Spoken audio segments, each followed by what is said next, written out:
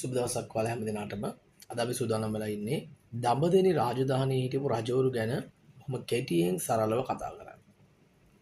දඹදෙණි රාජධානියේ ජීවත් වුණ රජවරු 3 දෙනෙක් ඉන්න පුතේ තමයි පළවෙනි රජතුමා තුන්වෙනි විජේබාහු, ඉන් අනතුරුව දෙවෙනි පරාක්‍රමබාහු, ඒ වගේම ඔහුගේ පුතා බෝසත් විජේබාහු කියන රජවරු 3 දෙනා තමයි ඉතිහාසයේ අතිශය වැදගත් රජවරු 3 දෙනෙක්. මේ අතරින් අපි තුන්වෙනි විජේබාහු රජතුමා ගැන කතා කරනකොට ඔහු වන්නි නායකයෙක්. ඒ කියන්නේ ප්‍රාදේශීය පාලකයෙක් විදිහට ඉඳලා පසුව ඔහු දඹදෙණිය ආරම්භක පාලකයා විදිහට කටයුතු කරනවා. ඔහු මේ කාලය තුල වසර 4ක් රජකම් කරලා ඔහු වසර 4ක කාලය තුලදී බොහොම විශාල සේවයක් දඹදෙණි රාජධානිය හා ඒ යවන ප්‍රදේශවලට සිදු කරනවා.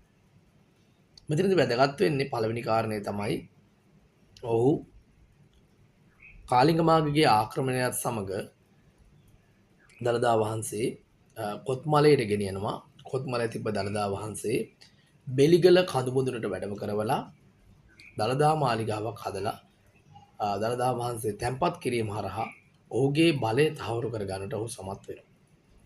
ඒ වගේම මේ කාලිංග මාගේ ආක්‍රමණයේ කාලේදී විනාශ වෙච්ච විහෙර විහාර අලුත් වැඩියා කරන්න, ඒ වගේම දඹදෙණියේ විජේසුන්දරාරාමයේ නමින් පන්සලක් නිර්මාණය කරන්න ඔහු කටයුතු කරනවා. ඒ වගේම දඹදෙණි කතිකාවත කළ බවටත් යම් යම් මූලාශ්‍රවල කරුණු තහවුරු කරනවා. ඒ වගේම කැලණි විහාරයේ අලුත් වැඩියා කරන්නටත් ඔහු කටයුතු කළ බව පොතපතේ සඳහන් වෙනවා. ඉන් අනතුරුව ඔහුගේ වැඩිමහල් පුත්‍රයා, ඔහුට පුතුන් දෙදෙනෙක් ඉන්නවා. වැඩිමහල් පුත්‍රයා දෙවෙනි පරාක්‍රමබාහු, බාල පුත්‍රයා පළවන බෝනික බාහු විදිහට පසු කාලීනව රජ වෙනවා.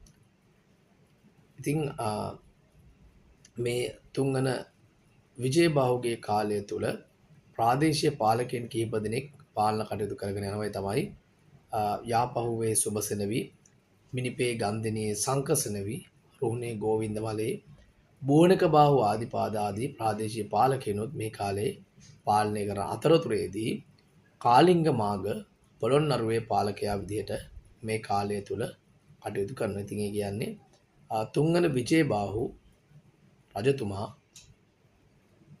දඹදෙණියේ පාලනය කරපු නිසා, ඒ වගේම ඔහු ආරම්භක පාලකයා වීමත් මේ රාජධානියේ දියුණුවට හේතු වුණා. ඒ නිසා අපේ රාජාවලියේ එන බොහොම සුවිශේෂී රජෙක් විදිහට අපිට තුන්වන විජේබාහු රජතුමා හඳුනන්න පුළුවන්.